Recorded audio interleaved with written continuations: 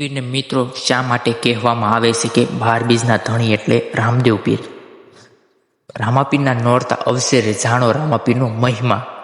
શ્રદ્ધાળુ આ 9 દિવસ દરમિયાન રામાપીર માટે અનેક ભજન ગાતા હોય છે, તો કેટલાક લોકો ઉપાસના પણ ધરાવે છે, તો ઘણા લોકો રામાપીરને લીલુડા નેજા અને લીલુડા ઘોડા ચડાવી આભાર વ્યક્ત કરે છે. તો આજ નવરાત્રિ દરમિયાન ભાદરવા સુદ બીજ રામાપીરનો જન્મદિવસ મનાય છે. મિત્રો, દુખિયાના બેલી રામદેવ પીર એટલે જ તો 12 બીજના ધણી, અને આ ધણીની વંદનાનો શ્રેષ્ઠ અવસર એટલે તેમના આવેલા 9 નોરતા.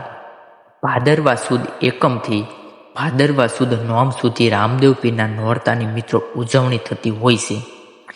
સમગ્ર ભારતમાં રામપીરના ભક્તો છે, તો તેઓ હર્ષથી ઉત્સવ ઉજવતા હોય છે. વિશેષ તો ગુજરાત અને રાજસ્થાનમાં રામાપીરનો મહિમા અને તેમના અનુયાયીઓની સંખ્યા પણ વધુ જોવા મળે છે.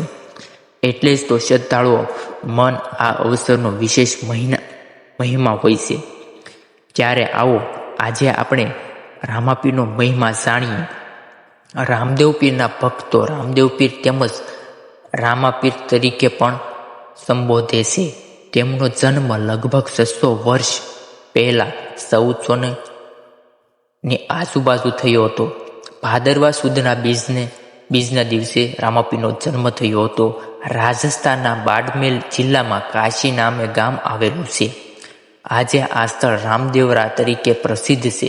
કહે છે કે ત્યાં માતા મિનળદેવી અને પિતા અજમલરાયને ત્યાં સ્વયં દ્વારકાધીશે પુત્ર રૂપે પ્રાગટ્ય કર્યું હતું.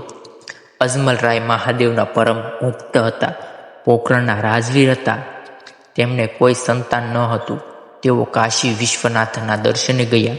તેમની ભક્તિથી પ્રસન્ન થઈ શિવજી તેમના સપનામાં આવ્યા અને તેમને મનોકામના પૂર્તિ માટે દ્વારકા જવાનો નિર્દેશ કર્યો હતો. અજમલરાય અને તેમના પત્ની મિનળદેવી સાથે દ્વારકાધીશે ધામ પહોંચ્યા. દંતકથા એવી છે કે ભગવાનને રીઝવવા અજમલરાયે સમુદ્રમાં છલાંગ લગાવી દીધી. સમુદ્રની અંદર રહેતી પ્રાચીન બેટ દ્વારકામાં તેમને સાક્ષાત શ્રી હરિના દર્શન થયા.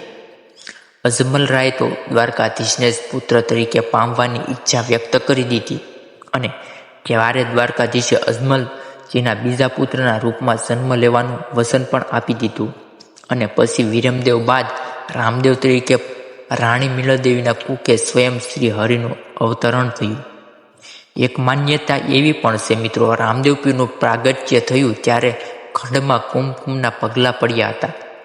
એવું પણ કહેવાય છે કે સ્વયં ભોળાનાથ પણ રામદેવ પીરના દર્શને આવ્યા હતા અને તેમને જ રામદેવજીને ભમરિયો, ભાલો, ગુગળ, ધૂપ, ભસ્મ, ધોળી ધજા, ધર્મ અને આદિપંથની થોડી ભેટ આપેલી.